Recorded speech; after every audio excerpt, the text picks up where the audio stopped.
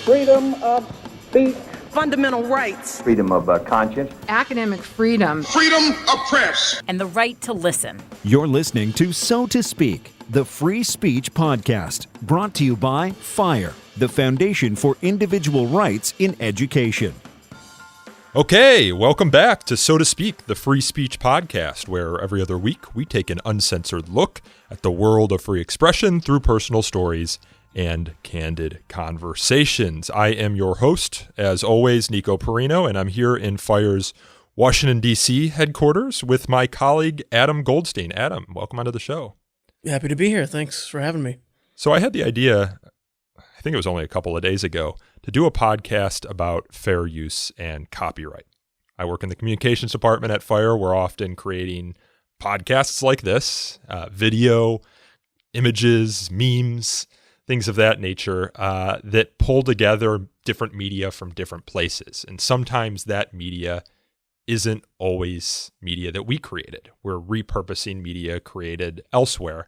And one of the constant struggles that those of us who work in creative enterprises have is figuring out what we can use that someone else created. Oftentimes we pay for that media, but sometimes it falls under what those of us in the creative enterprise call fair use and what the government calls fair use. When you came to work here at FIRE a couple of years back, we got to talking, and it sounds like you have a background in fair use and in copyright issues, and not just a background in it, and an interest in it as well. So let's get your story first. Where'd you go to law school? What got you interested in First Amendment issues? And then what in particular got you interested in figuring out what people like me can use when we're creating different media? Sure. Well, I went to law school at Fordham in New York. I went to undergrad at Fordham in New York too. So it was 7 years at 60th and 10th in Manhattan. But my fascination with intellectual property is actually older than my fascination with the First Amendment. I was more interested in intellectual property pretty much up until undergrad, when I started just thinking I might like to be a journalist with my life. And then, of course, that gives you a real need to love the First Amendment too. But I remember even being a small child and seeing a poster for He-Man and the Masters of the Universe toys. And I looked next to the names, and some of the names had a TM next to them, and some of the names had an R in a circle next to them. And I thought, that's weird. I don't know what the difference is, but I'm curious as to what the difference is. I had an inkling because I noticed that all the really big characters had the R. And of course, later on in life, I would learn that those are the names that Mattel thought they should register, because somebody might go out and make a bootleg Skeletor or make a bootleg He-Man. So the TM is trademark. The R is registered trademark. They're asserting that they have the trademark in all of these things, but they've only filed the paperwork with the government for the ones that have the R in the circle. Gotcha. Because they feel like that's what we're actually going to have to sue someone over. So the R means that you have a greater legal claim over the product or property or intellectual property than you would. Right. You're entitled to some statutory rights because you actually went to the government in advance and said, hey, I'm putting everybody on notice. I've done all the research. I've looked. No one else is using this name right now, and I'm using it for this. And the government has said, yep, we agree, and they've put it on the register. So it's kind of a presumption that someone infringing is doing it out of malice, because had they looked, they could have seen your copyright in He-Man. Whereas for some of the later characters, I don't think Moss Man got registered. I think that by that time, Mattel had just said, I don't think bootleg Moss Men is going to be a big problem for us financially. So we're just going to, if we have to sue, we'll sue, but we're not going to spend the money to get it registered in advance. But you obviously took your interest in this one step further than just figuring out what that TM and that R meant. I did. Well, then it moved on to video games and the evolution of intellectual property through the 80s and 90s was also like my growing up in the 80s and 90s. And so this idea of people owning ephemeral things like video games, what I perceived as ephemeral, moving images on the screen, I thought was really cool and really inventive. And as I was learning about it, it turns out courts were figuring it out as they went along too.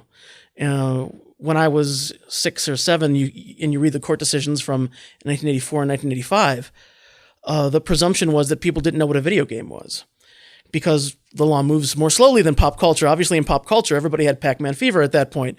But in the law, when most of the judges were in their 70s, they felt the need to describe in great detail what a video game was.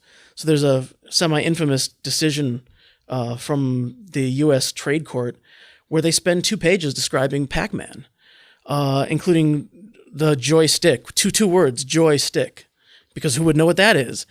And I'll always remember this because there's a footnote where, in describing the game, they describe the cutscenes, and they describe the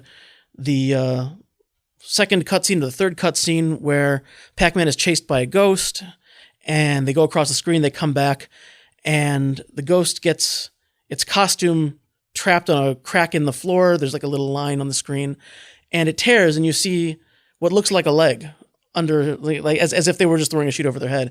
And the judge described it as revealing an ignominious physiognomy, a phrase I have never heard since.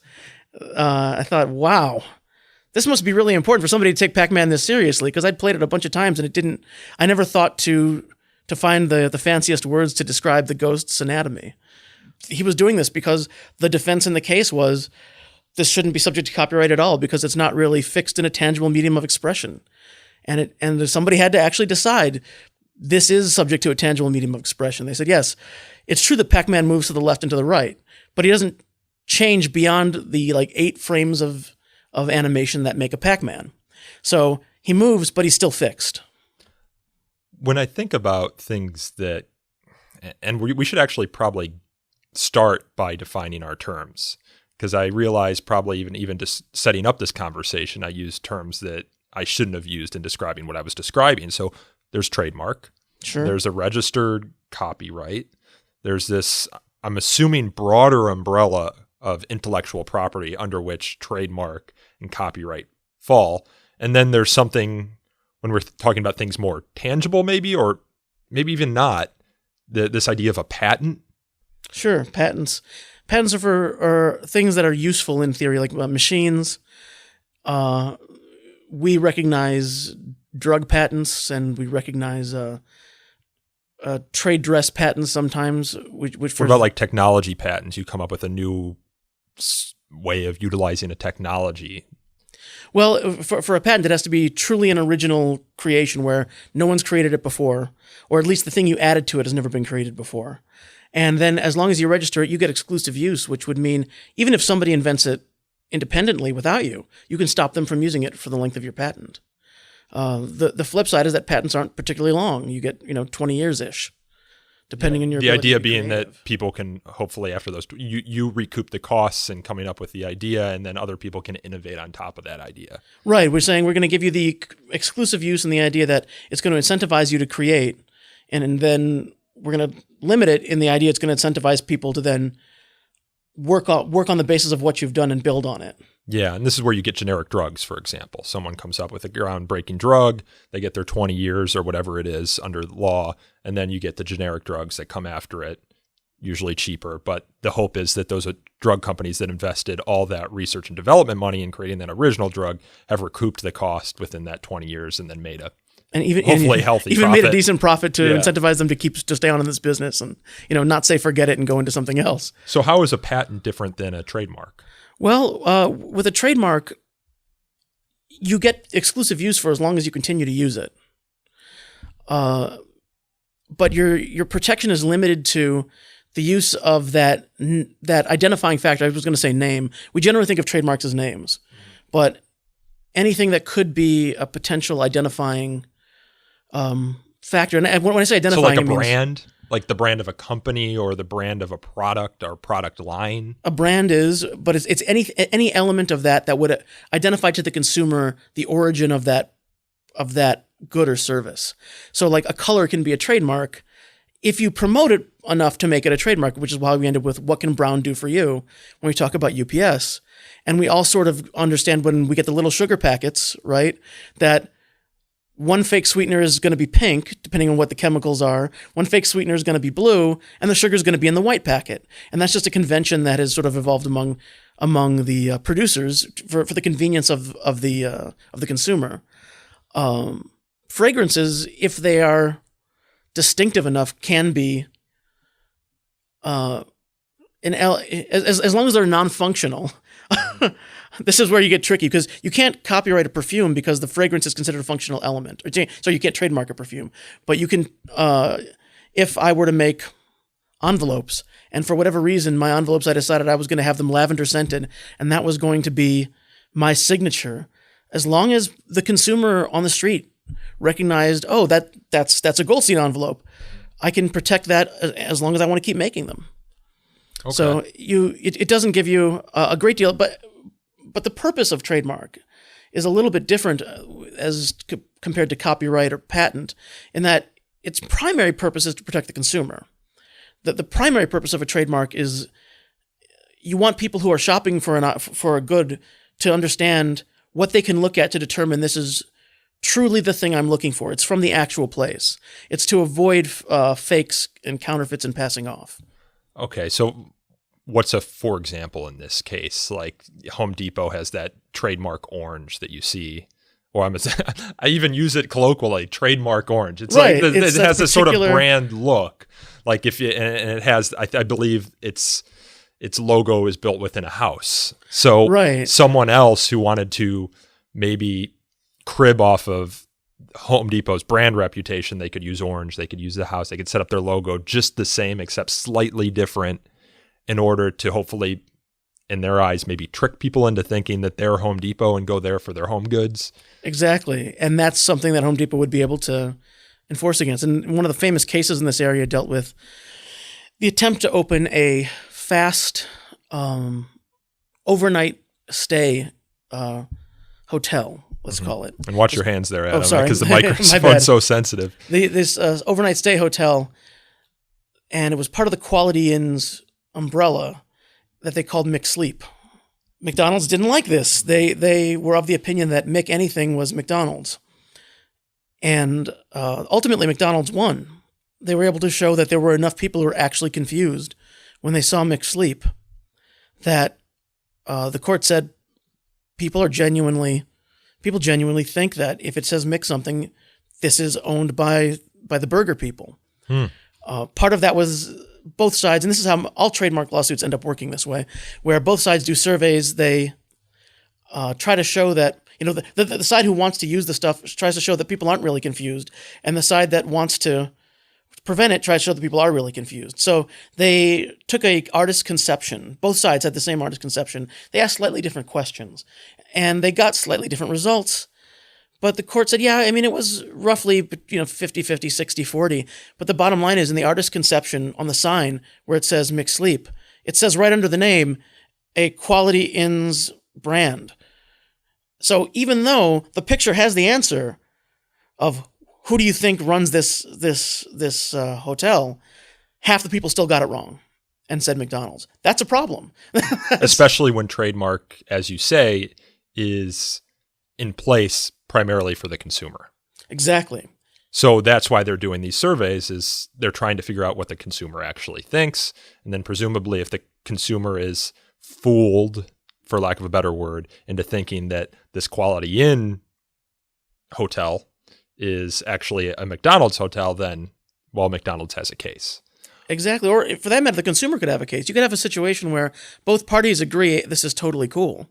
But if for whatever reason it confuses the consumer, the Federal Trade Commission could step in and say, you just can't do this anymore. So you can file a complaint as a company that owns a mark, or as a consumer who thinks they're purchasing a mark. Right. You would go to the Federal Trade Commission and say, I thought I was staying at the burger place and it was some hotel chain instead, and now I feel defrauded. Interesting. So in the past 10 years, we've seen a lot of companies or products put that lowercase I in front of it, like iPod. I don't know.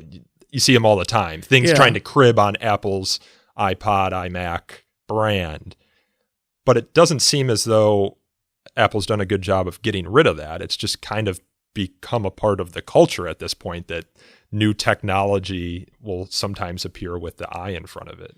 Yeah, this is what is sort of incorrectly called genericide in trademark law, in that the idea that once something reaches a certain level of popularity in the consciousness, it suddenly stops referring to the object or product you want it to refer to and refers to everything of that class or everything that shares something like that. And that's like a Q-tip? Or like Kleenex. Q-tip, Kleenex. Xerox was the original one, and Xerox has spent a lot of money trying to reclaim it.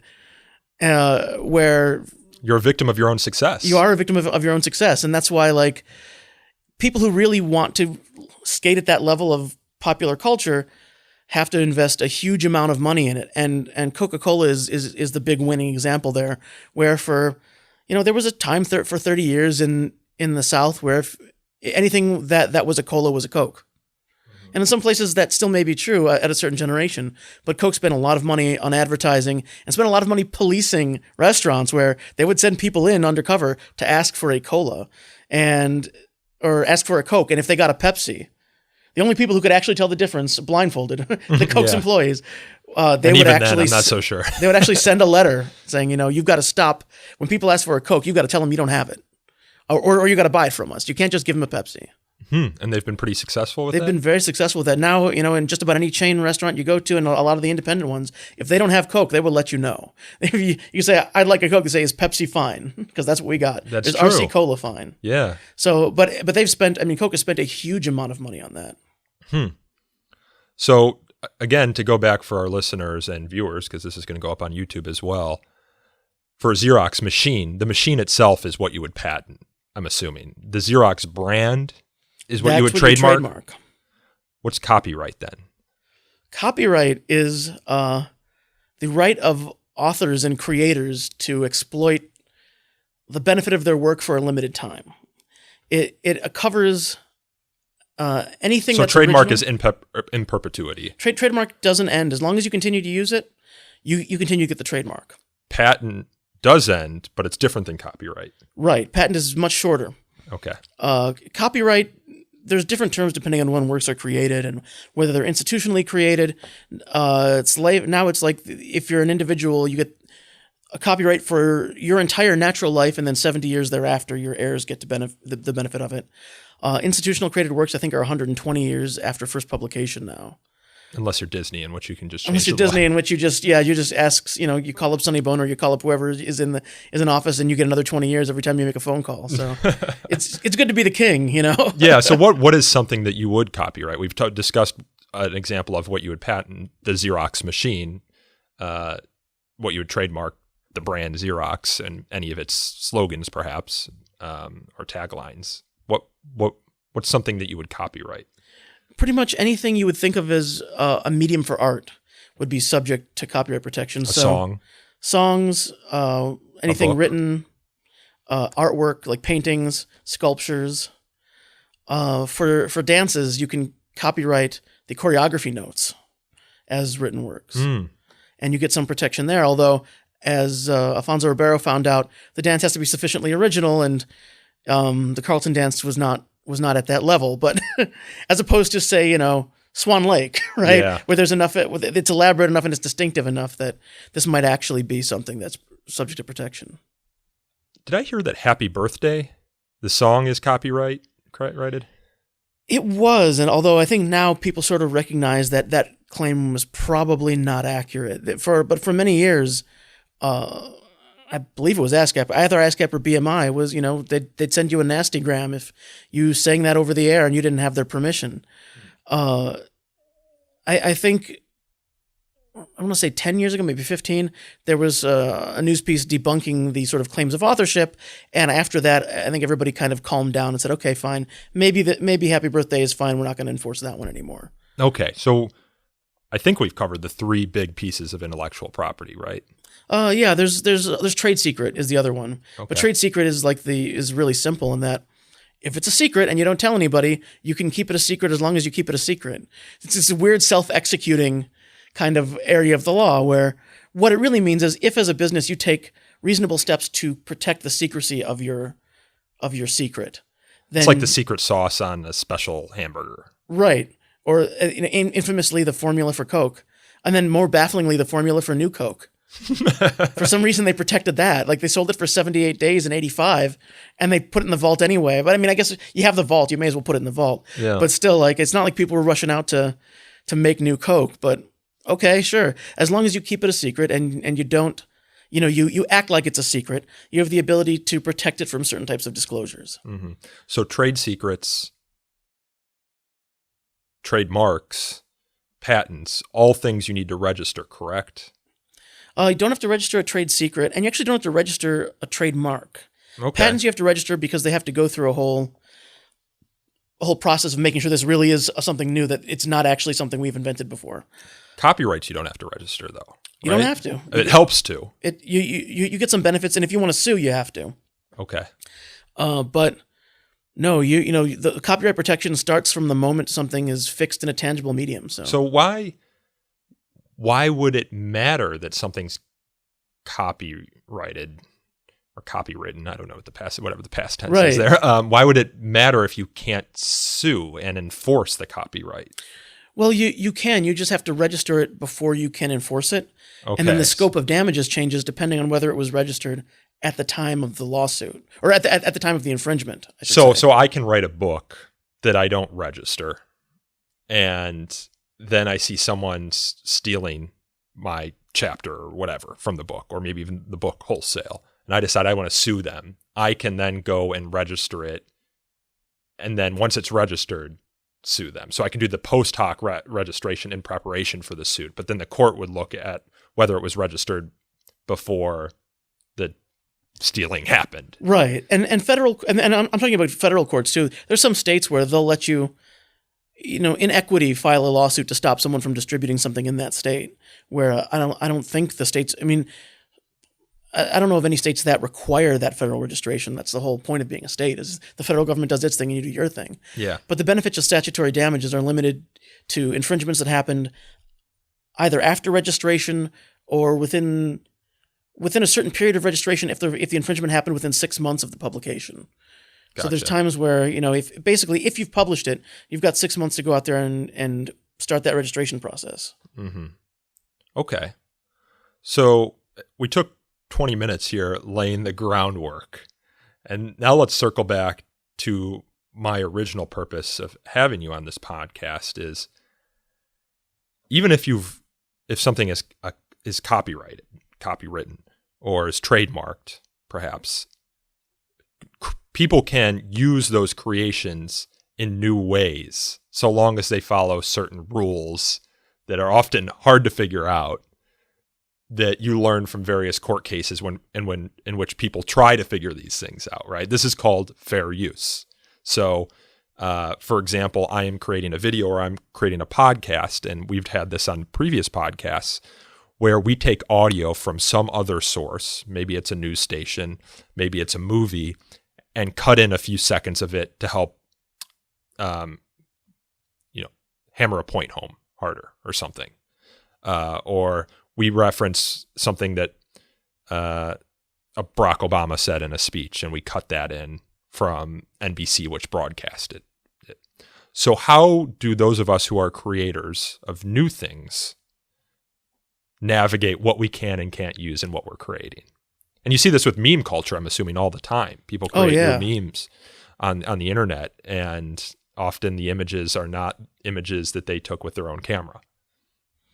That's half the fun, right? The exaggeration that you add to it when you're making a meme. Yeah. The most important thing to understand about fair use as a creator, and really, anybody who wants to interact with it, is that it's meant to be uncertain.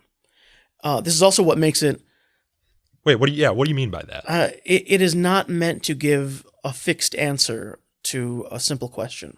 I know this is a very strange thing to say, but the concept of fair use is designed to be flexible enough to protect people who are doing things we think are valuable, and to not quite reach the people who are doing things we think are economically harmful to creators and not of other independent value. Okay, so flesh that out a little bit for me. So what are things that a creator might use someone else's creation for that we as a society think is valuable and want to protect? Well, we actually ended up enumerating some of them in the 1976 Copyright Act when we added statutory fair use. Although fair use existed for 240 years before we wrote down a statute about it. There was common law fair use that's older than the United States that we inherited with English common law. Mm-hmm. So one of the problems with the fair use statute as it's written, because it is written really obliquely and with a lot of uncertainty to it, is that it was sort of written in light of 2 centuries and change of common law that is not transparent to the end user. As someone who you say, well, I wonder if I have a fair use, and you open up the statute and you read it, without 240 years of history, it's even more baffling. Yeah. But examples of uses that would be protected, comment and criticism is the most classic. I want to say something about this thing I saw that upset me. Like, I didn't like Captain Marvel. I want to tell you why I didn't like or I did like Captain Marvel, and I thought the cat was great, and I want to tell you all about that. Mm-hmm. I'm allowed to take some amount of that work to show you what it was I liked or didn't like. Mm-hmm. Parody and satire are 2 similar but different things. Satire is using a work to make a point about some other thing in the world. So parody is using a work to make fun of the work itself. And you get some protection for doing those things. And those are the types of uses, but the types of uses aren't the only lens that we use according to the statute. Mm-hmm. We also look at who's doing the use, like what is the purpose of the use in commercial, non-commercial, perhaps. Exactly. Commercial, non-commercial. And this is where, when you're in that gray area of uncertainty, that fair use is a big, wide gray area of uncertainty, and you're trying to figure out, does this move the needle closer towards infringement or closer towards a fair use? You say, well, look, this is a nonprofit organization that is trying to comment on a news story that sounds a lot more like a fair use than this is a factory that's pumping out reproductions of official merchandise. You say, that doesn't look fair to me. It might still be. There's other factors, but it doesn't look fair to me. And also, one of the most important things about that fair use statute to remember is it says a court shall consider, which means it's a non-exclusive list. And there have been numerous cases over American history where the court said, yeah, I looked at all 4 factors. I didn't think they were important. I'm introducing brand new factor number 5, and I think one side wins because I think this is the most important factor that I just made up. So we just talked about 2 factors, the kinds of use, satire, criticism. I'm sure there's plenty others. What else would fall under the kind of use? Well, artistic use. Yeah, artistic use. Educational use, if you want to use it in a classroom, is another big one. Okay.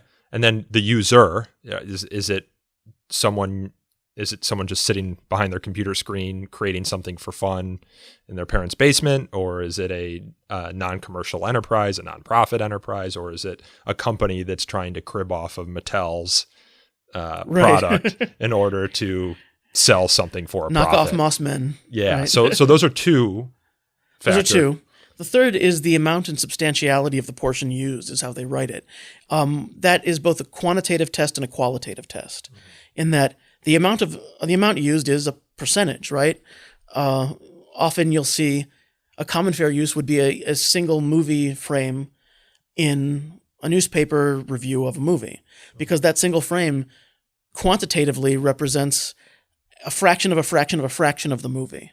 I think very few people see a single frame from a movie and say, well, good enough. I don't have to see the movie now because I saw that one frame. I saw Captain Marvel flying in the frame. It's got to be the same thing. It's just more of that for 40 minutes, right? So, no, people say, well, this is just a very small portion of the movie. I want to see the whole movie. So let's say you're a news organization, and I don't know if the viewers can see it in the back of the frame here, but I've got Charlie Hebdo. I've got, Charlie Hebdo was involved, was a publication in France that was the subject of the terrorist attack. And let's say you're reporting on that terrorist attack and you want to show the cover of one of the publications that prompted the terrorists to want to attack them. Would that be fair use if you're printing that in the New York Times? That would absolutely be fair use. Yeah, it's an essential element to a news story, and news reporting is one of those protected things we care about. Gotcha. Oftentimes we watch movies and we see products, or movies or documentaries, and we see products in the background. Let's say I'm out on the street, I'm interviewing someone, and there's like a Rite Aid in the background. Can you have that in the background? Because sometimes you see it blurred out.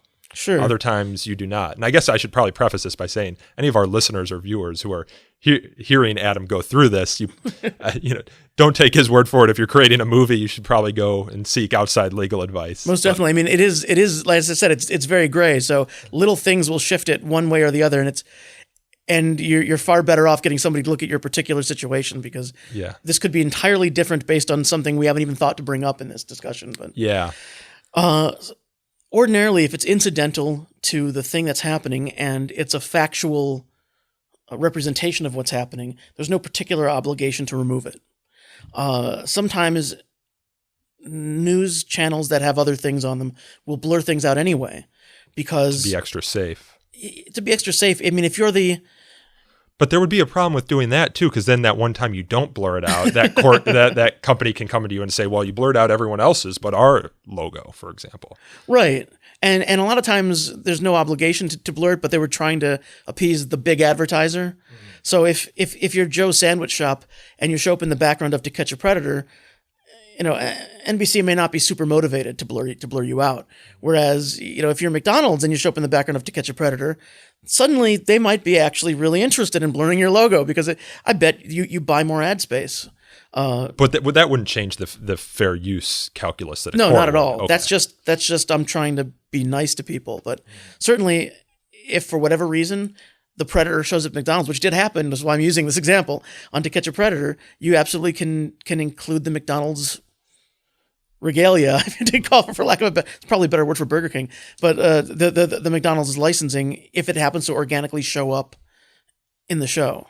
Okay, so we've got the user, we've got the type of use, we've got the duration of the use. And we're only halfway through 3, because we said amount and substantiality. Okay. Substantiality is how significant is this portion you took to the meaning of the overall whole. So this is a two-parter. It's a two-parter, right? And the famous case about this is the Ford's Memoirs case. Okay. Where President Ford writes a 600-page memoir, evidently, and he had his publisher had an exclusive deal to publish excerpts with Time magazine, I think it was. But as happens with any embargoed book, a bookseller put it out in the window early. We saw this with every Harry Potter book too. A journalist was walking by, saw the book, and bought it. Turned out the journalist worked for The Nation, and The Nation published 2 pages of the 600-page book. Well, that third factor is the amount and substantiality. And up till this point, The Nation's doing pretty well in the test. Like, they are a news publication. This work has importance to the public. I mean, it is the memoirs of a president. It's not like that doesn't have some significance from a newsworthiness perspective. It's the amount is low. It's just 2 pages in a 600-page memoir, But the Supreme Court said it was a very substantial 2 pages, because it was the 2 pages where Ford discussed pardoning Nixon. And the Supreme Court said if you were going to pay the cover price for this book, which I think at the time was $24.99 or something like that, said essentially the import of the ruling is we don't think anyone would pay $24.99 for anything Ford wrote except for the 2 pages where he discussed why he would pardon Nixon. Which I thought, man, what a weird way to kick a guy when he's down. But that was the decision, because and this sort of translates into other things too, where I talked about you take that one still from the movie, but if you take the still from the horror movie where the killer takes off the mask, you've taken the whole value of the movie. Now you've ruined the ending of the movie for me. Yeah. So that takes the whole value of it, even though what you took was quantitatively small, it was qualitatively the heart of the work, is the phrase that the Supreme Court used. Yeah. Okay. Now, what is that fourth factor? The fourth factor is the effect on the market value of the underlying work by the new use. This sometimes you hear it called the market replacement test, which is this idea of if I wanted to buy the original work, can I buy this work instead and get the full value of the original work? Does this satisfy my need to have that? Is there an important case on this score that might kind of elucidate? There's a few, although they're all kind of tricky in some ways. I mean, market, because you can measure. Part of it depends on what do you consider the market. I mean, the case that ended up being settled, so we never got a ruling, but is the best illustration of difficulty in defining this test, is the Shepard Fairey Obama Hope poster, where that was an alteration of an Associated Press photograph. Did the Hope poster replace the market for the Associated Press photograph? I don't know. What's the market? Well, the Associated Press sells photos to newspapers, to online publications, and also to anybody who wants to go to their photo library and pay them a certain amount of money. They'll license the photo. But what does the Hope poster, what is the market for the Hope poster? Well, it was for voters, right? Fans of Obama. Is there overlap between somebody who might want to buy a Hope poster and might want to buy a photo of the president? Maybe. but it's not the same. If I'm a news publication, I don't want the Hope poster. I want my AP because photo. it doesn't. I mean, when I think of the Hope poster, I'm sure it must have come from an original photograph, but it doesn't look. It's a very stylized image of Obama with it almost looks like a mosaic. I'll try and link to it in the show notes here, but it's got all these different kind of stylized colors, pieces. It says Hope on it, of course, which probably wasn't in the original photo. Not in the original photo. So this is the idea. This is like a creator, someone sitting behind a computer screen, taking an image that served a news purpose before they like Obama and creating a kind of new, I don't even know what you would call it, a poster out of it. Yeah, I mean, certainly one of the issues that came up later was the transformative use test, which I guess we'll get into next, but the idea that... Oh, there's a fifth factor. Well, it's sort of a replacement factor. It's like, because this test is very difficult to use, I don't generally recommend creators sit down and try to use these 4 factors. I think they're tricky. They can be misleading. If you don't sit around and read all the case law, it's hard to know what any of these things actually mean. I mean, amount and substantiality alone as like a test is a weird phrase. But like the second factor is actually written as like the purpose and character. No, the first factor is the purpose and character of the use. The second factor is the nature of the copyrighted work. Meaning what? And in theory, what that means is it a factual work or is it an expressive work? We all know that you can't copyright a fact. If something is just true, it's true, which is why when people got sued for copying phone books or copying phone numbers out of phone books, ultimately the Supreme Court said you can't stop people from copying phone numbers out of phone books. It used to be common with map makers. If you made a map, so you would include fake cities on it or fake features on the map To see who was trying to steal your to see map. who copied your map. Because if you actually went out there and you verified what all the cities were in Arizona, and a guy takes your map of Arizona and they included, Goldsteinville, which I know isn't a real place. Mm-hmm. Well, actually I don't, but I assume isn't a real place. Apologies to the citizens of Goldsteinville if you're out there anywhere. I did not know. But they sort of stopped doing that because the Supreme Court said, well, we don't care. If you represent it as a fact, people are allowed to copy facts. So, your cleverness to figure out who's been copying you is understood, but it doesn't give you the right to stop them from copying you because you can copy a fact. Okay, so have we covered kind of everything you need to know when analyzing whether your creative use of something that someone else created falls under fair use? We haven't covered the most important one, which is what people actually do. And it's the test that the higher this test ranks, the better you come out in this test, the less we care about anything else. This is that transformative use. This is the transformative use test, which is, did you add a new and different meaning to the work than the meaning intended by the original author? And this is what courts have said, is that the more transformative a work is, the less significant we think any of the other factors are. How much you take becomes less significant. How substantial the portion you took was. I mean, if you take the heart of the work, it's less significant. It might still matter in some cases, but we're going to devalue that factor. The effect on the market, we're going to devalue that factor somewhat. Because what we really care about is, are you doing something different? Did you add new value to this? Or are you just trying to pass off on the value its original creator had? Does crediting the original creator matter at all when determining fair use? Almost never. Okay. Because sometimes you'll see in movies or documentaries in particular, like in the bottom right-hand corner, and in news stories, credit to this YouTube user, for example, because they got the clip from YouTube.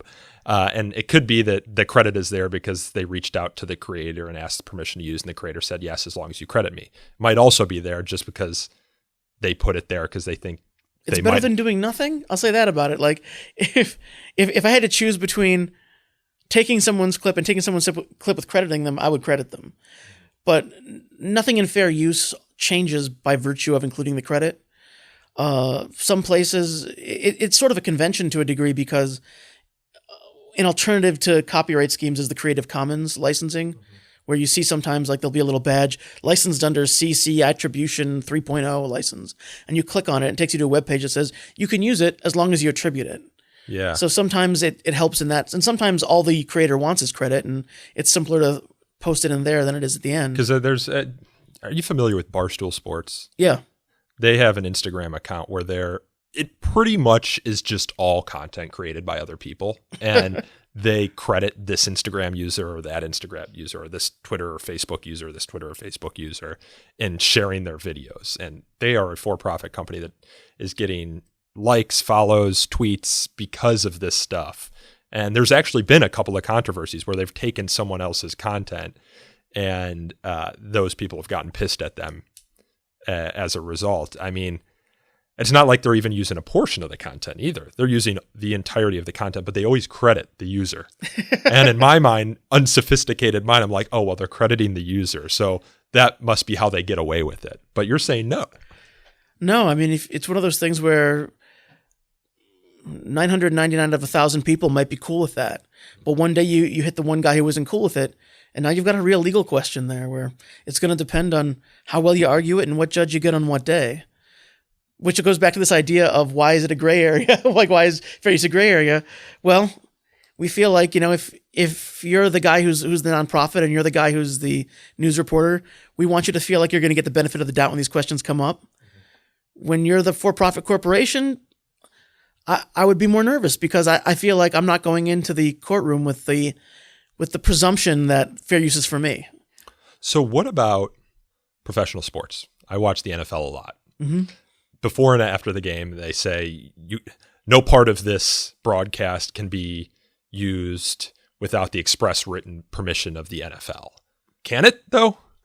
Yeah, absolutely. I mean, so despite their saying you can't use any portion of this, no matter how it's used, no matter what length is used, you can't use it because it's copyrighted by the NFL, and you can only use it if you get permission from us. You're saying that statement is essentially meaningless. They can't actually enforce that. I mean, it might be nice to want to do that. And this is one area where we never officially got full resolution of this, but I think it's pretty clear there is some portion of statutory fair use that is mandated by the First Amendment. And that gets us to the First Amendment free speech connection, which of course is the purpose of this podcast. Yeah. And it is First Amendment law is actually very similar in that it does have a lot of these gray areas, and they're gray because we recognize we can't envision everything that's ever going to happen. We know that there's going to be situations confronting us we haven't seen before.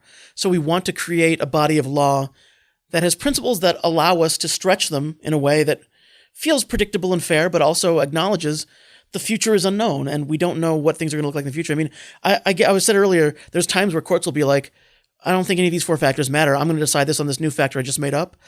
That is most common in cases where courts are confronted with new technology. Yeah. One of the cases earliest in my career I remember is when courts decided that caching browser history was a fair use. There's now a statutory exemption for that because the Copyright Office is very good about going back and adding in things that need to be added in over time and getting Congress to say, okay, this is okay and this is okay as we need to do it. But at the time there was no exemption. And the way web browsers work, they download a local copy of what's on the remote server and then display it to you and then save that copy. So if you go back, it loads faster and they can load other pages faster. It's how the internet works. Well, technologically that's great, but there was no permission to make that copy. Because you could also have made the decision to just stream the content remotely, display it without making a local copy saved. And so since copying is one of the exclusive rights of copyright, technically speaking, this was an infringement. And what was the user's purpose? I don't know. People working at commercial entities were infringing it. My competitors were downloading my webpage and infringing it. And I could prove it because I've got their IP addresses. And the court said, yeah, I get it. But no, at the end of the day. And they said this was a creation of technological innovation. The internet requires it to work properly, especially since it's the late 90s at the time. So it's not like our internet speeds are that fast. You're telling me you want to slow down everybody's internet speed by a factor of 5, and I'm saying, no, I don't think you have that right. So you were drawing the parallels with the First Amendment insofar as kind of the way the law is applied is similar in intellectual property. But the purpose of fair use has a free speech implication insofar as fair use is often claimed for the creation of expressive media. So documentaries, it's art, satire. I mean, I'd go even further than that in that the purpose of copyright law is for the creation of expressive media. And if you go to the Constitution, right? It says, to promote the progress of science and the useful arts, we grant creators the exclusive use of their creations. So the progress of science and in useful arts by the founders. The idea being that people will create because they can use that, they can get a benefit from that creation monetarily, or but that's also why constitutionally our copyrights have to be time limited. We cannot grant a perpetual copyright in the United States because that doesn't promote the progress of science or the useful arts. Whereas in the UK, there's a couple perpetual copyrights, including the copyright in Peter Pan, because they decided, they being the House of Lords before the European community stripped most of their power, decided that it would be bad for the copyright to expire because it had been given to a children's hospital that used the money to help sick children. So they did it on an ad hoc basis. They said, by act of Parliament, this is now perpetual copyright. The moment they did that, it became public domain in the United States because we can't respect a perpetual copyright because the Constitution says it. Well, first of all, the Constitution says it has to be time limited. Second of all, it says it's to promote the progress of science and the useful arts. Mm-hmm. So granting that copyright for a certain time limited period gives the creator the benefit, and then after a certain time, the benefit in their eyes needs to go out to the masses. This is I remember when I was in college, I forget what year it was. What year was Charles Darwin's Origin of Species written? Ooh. In any case, I was standing in front of sample gates at Indiana University, and people were handing out copies of The Origin of Species, and it was actually members of this one religion. It was like a creationist interpretation of The Origin of Species. It had a prologue that was written by someone, kind of picking at Charles Darwin's Origin of Species. They were handing it out because I guess it had just gone into the public domain. And that was kind of my first interaction with intellectual property law, because I was like, Charles Darwin's been dead for a very long time, but I guess his estate had exclusive rights to publish Origin of Species up until this week, more or less. So things enter into the public domain, but it's different in every country. In the United States, it's been stalled for 20-ish years because Disney was worried about Mickey Mouse, and they got an extension. Yeah, because Mickey Mouse had a copyright, and he was going to be heading towards the public domain, and couldn't have that. So they got a 20-year extension. I think they just got another extension, at least they're advocating for one if they haven't gotten it yet. So they don't get it themselves, but no, they changed the law for everybody. For everyone, for everybody, they extend it further, which is at some point you sort of wonder if they're going to keep doing that, only because, number one, as I said, trademark is good as long as you use it. Mickey Mouse is still a trademark. So you can lose a mark just by not using it. Oh yeah, absolutely. Like a failure to continue to have the mark in continuous use will eventually. Is there any big case on that? Is there a company that? Actually, the one that I would probably bring up was Captain Marvel, because for many years, the character that they now call Shazam was Captain Marvel. And DC had bought Fawcett Publications that had published it as Captain Marvel. It was just a weird accident that another publishing company chose the name Marvel. So then for a long time, Marvel Comics was frustrated that they couldn't have a Captain Marvel because there was a use of Captain Marvel in DC.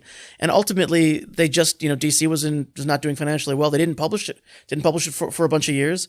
And as soon as they felt comfortable, then Marvel jumped up and got a Captain Marvel, which is why there's been 5, I think, characters that use the Captain Marvel name over the years.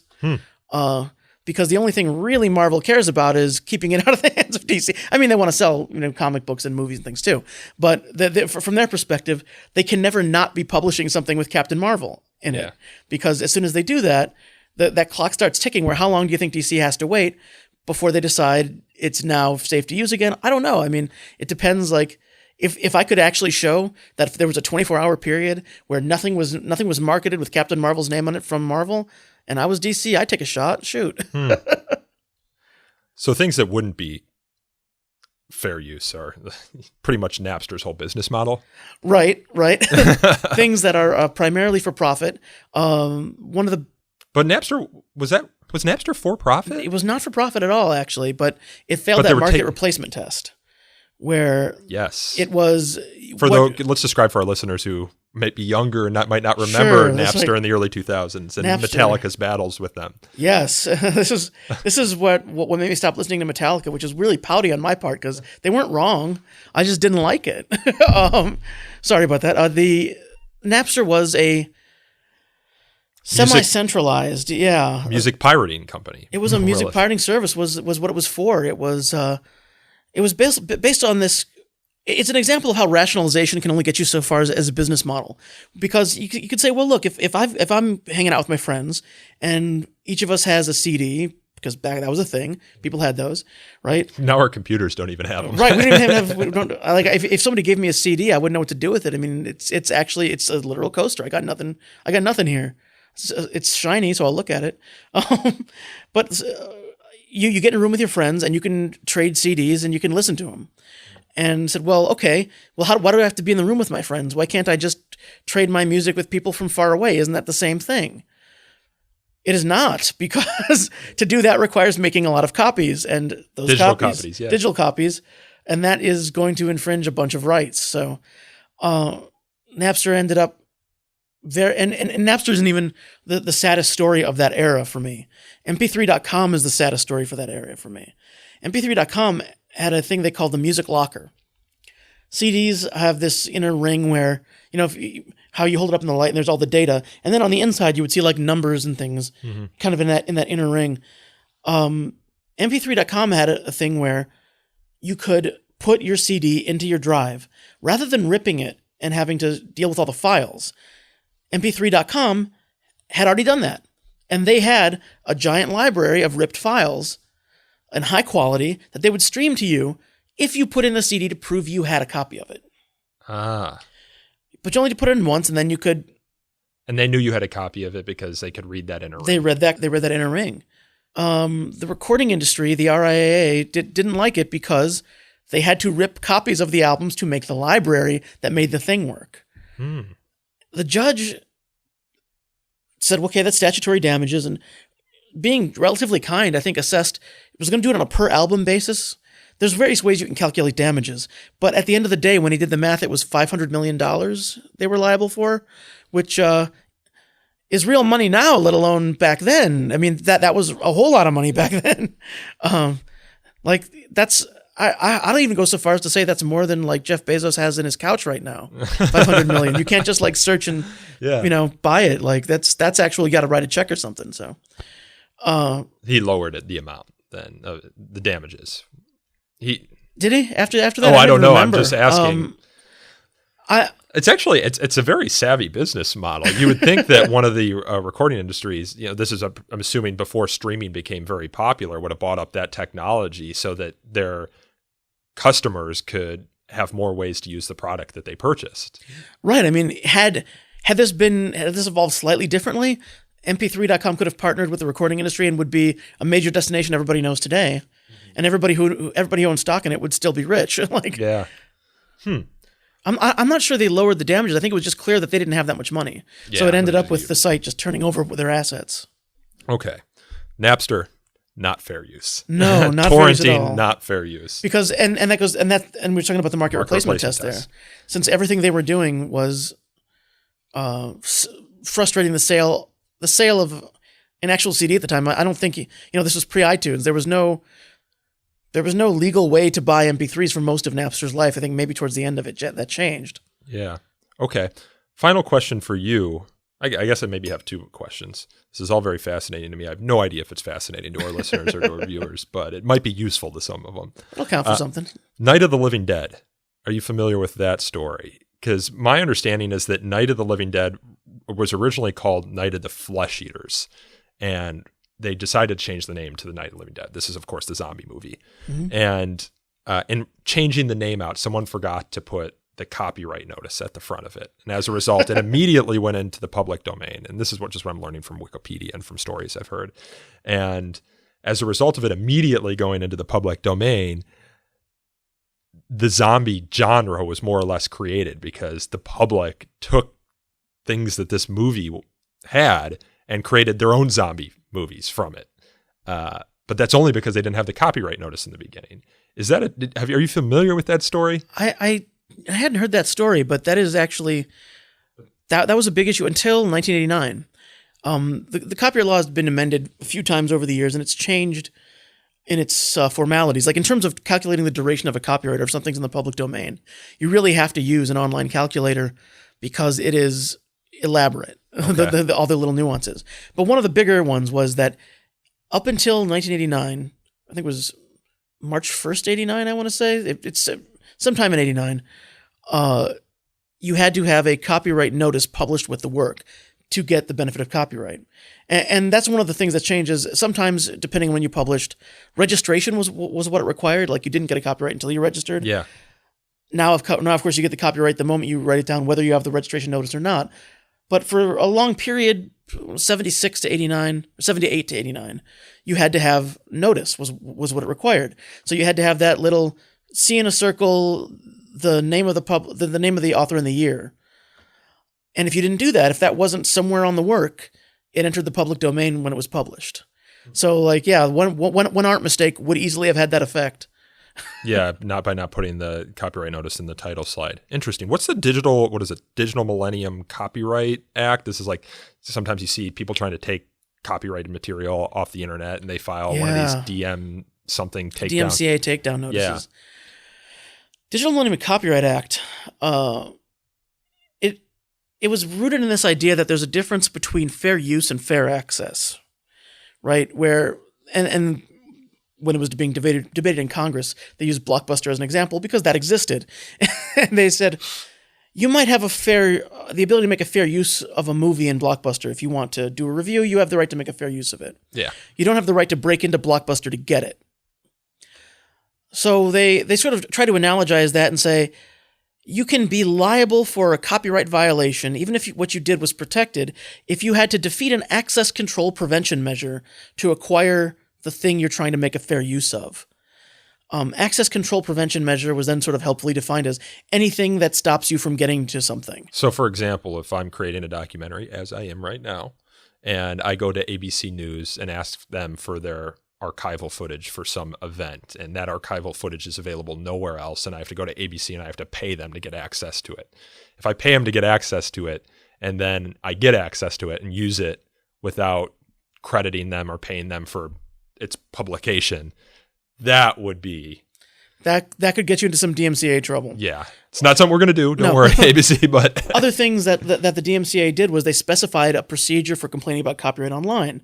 Because one thing that the government was concerned about was, is this internet thing really going to take off or not? Because in 99, it had been around a while, but it could have been killed. Mm-hmm. So the stock market sure thought it would take off, right? And then it crashed and burned. They thought it was going to be bigger than anything. They thought internet was going to be Amazon. What they wanted to do was create a method for avoiding getting the internet companies in the middle of copyright disputes. Because ordinarily in copyright law, there's liability for anybody involved in the infringement. If I infringe a copyright in a book that I wrote, which happens at times, and I then take that book and I go to the bookstore and they sell it on the shelves in the bookstore is liable too, because anybody involved in the chain of distributing this infringing work could be liable for copyright infringement.